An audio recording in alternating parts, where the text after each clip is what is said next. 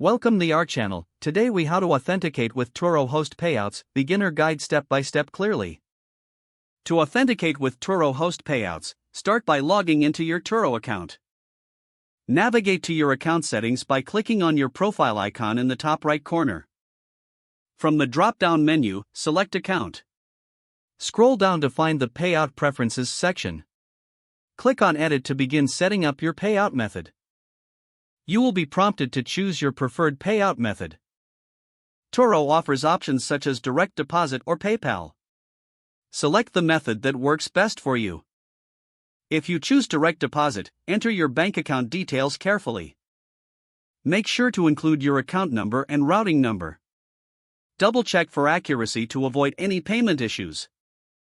If you opt for PayPal, log into your PayPal account when prompted. Authorize Turo to link to your PayPal account.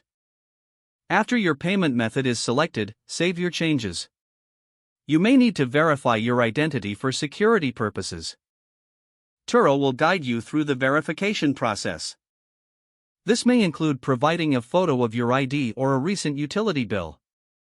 Once you complete the verification, Turo will review your information.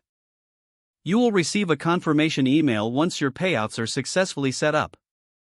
Allow a few days for Turo to process your authentication. Once approved, you will be ready to receive payouts from your hosting activities. Monitor your account regularly to ensure that your payment method remains valid.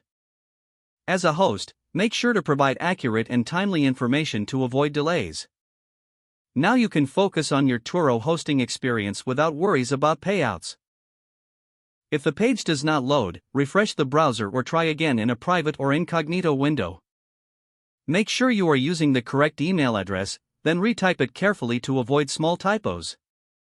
If your password is not accepted, use the reset option and create a new strong password you can remember.